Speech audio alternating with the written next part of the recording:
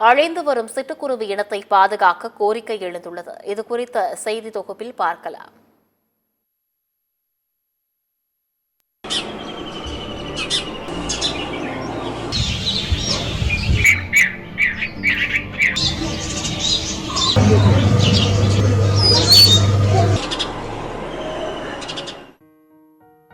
இயற்கை வளத்தை பாதுகாக்கவும் பல்லுயிர் பெருக்கத்திற்கு இன்றியமையாததாக கருதப்படும் சிட்டுக்குருவிகளை உவமைப்படுத்தி சங்க இலக்கியங்கள் தொடங்கி தற்போதைய சினிமா வரை பல பாடல்கள் எழுதப்பட்டுள்ளன. மற்ற பறவை இனங்களைப் போல வனப்பகுதியில் வாழாமல் மனிதர்களுடன் ஒன்றி வாழும் இந்த சிட்டுக்குருவிகள் பார்க்க சிறியதாக இருந்தாலும் சுறுசுறுப்பாக பறந்து திரிவதுடன் குடியிருப்பு பகுதிகளில் கூடுகளை கட்டி வாழும் தன்மை கொண்டவை.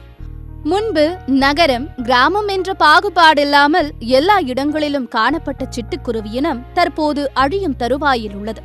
செல்போன் கோபுரத்திலிருந்து வெளியேறும் கதிர்வீச்சு, தொழில்மயமாக்கல், இடப்பற்றாக்குறை, மரங்களை வெட்டுதல், காற்று மாசு என்று பல்வேறு காரணங்கள் சிட்டுக்குருவியின அழிவுக்கு காரணமாக கூறப்படுகிறது.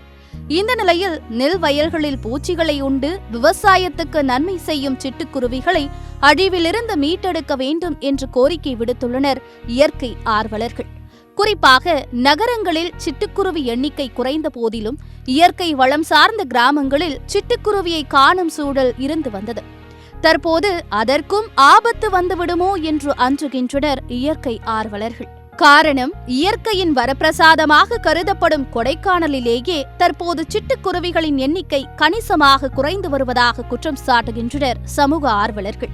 குறிப்பாக சமூக விரோதிகள் சிலர் மரங்களை தொடர்ந்து வெட்டுவதாலும், இயற்கை வளங்கள் அழிக்கப்பட்டு கான்கிரீட் கட்டிடங்கள் கட்டப்படுவதாலும் கூடுகள் கட்ட இடமின்றி அலையும் சிட்டுக்குருவிகள் இனவிருத்தி செய்ய முடியாமல் அழிந்து வருவதாக குற்றம் சாட்டுகின்றனர் இயற்கை ஆர்வலர்கள். அதுக்கு காரணம் ரசாயன பூச்சிக்கொல்லி மருந்து, செல்போன் டவர்னால வர கதிர்வீச்சு, தங்குறதுக்கான இருப்பிடங்கள் கூடு கட்டுறதுக்கு நம்ம தகர வீடு, கூரை வீடு இதுகளில் தான் கூடு கட்டும். இன்றைக்கி எல்லாமே காங்கிரீட் வீடுகளாகி போச்சு. உலக அளவில் அது ஒரு 70% அழிஞ்சிட்டு வரதாகவும், இந்தியாவில் 50% அழிஞ்சிட்டதாகவும் கூட ஒரு அறிக்கை சொல்லுது. சிட்டுக்குருவி மனிதர்களுடைய இணைந்து வாழக்கூடிய ஒரு பறவை, மனிதர்களுடைய நண்பன். காரணம் என்னன்னா, நோய்களை உண்டாக்கக்கூடிய கொசுக்களை எல்லாம் அது சாப்பிட்டு நம்மளை காப்பாற்றுது. இவ்வாறு அழிந்து வரும் சிட்டுக்குருவி இனத்தை பாதுகாக்க சில யோசனைகளை கூறுகிறார் கொடைக்கானலைச் சேர்ந்த கால்நடை பாதுகாப்பு பராமரிப்பு நிர்வாகி ஜனனி கிருஷ்ணமூர்த்தி. அது குறையிற காரணமே என்னன்னா ஹேபிடேட் லாஸ். காடுகளை வெட்டுறதோ, வீடு கட்ட போகும்போது நிறைய மரங்கள் எல்லாம் வெட்டும் போது அந்த மாதிரி ஹேபிடேட் லாஸ் வரும். செல்போன் டவர்ஸ்னாலையும் அதுக்கு பாதிப்பு வருகிறது. ஒழுங்கான உணவுகள் இருக்கிறது இல்லை. நிறைய குப்பை இது அதுன்னு பொல்யூஷன் நிறைய ஆயிடுச்சு.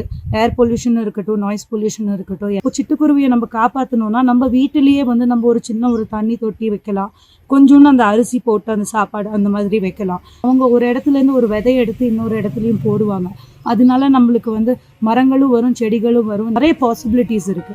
எனவே சிட்டுக்குருவி உள்ளிட்ட பறவை இனங்களை பாதுகாக்க பொதுமக்கள் தங்கள் வீடுகளில் சிறு கூடுகளை அமைப்பது, பறவைகளுக்காக சிறிதளவு தானியம் மற்றும் தண்ணீர் வைப்பதன் மூலம் அவற்றை அழிவிலிருந்து காப்பாற்றலாம் என்கின்றனர் பறவை ஆர்வலர்கள். சத்தியம் செய்திகளுக்காக திண்டுக்கல் மாவட்ட செய்தியாளர் நாட்ராயன் மற்றும் செல்வராஜுடன் சத்தியம் செய்தி குழு.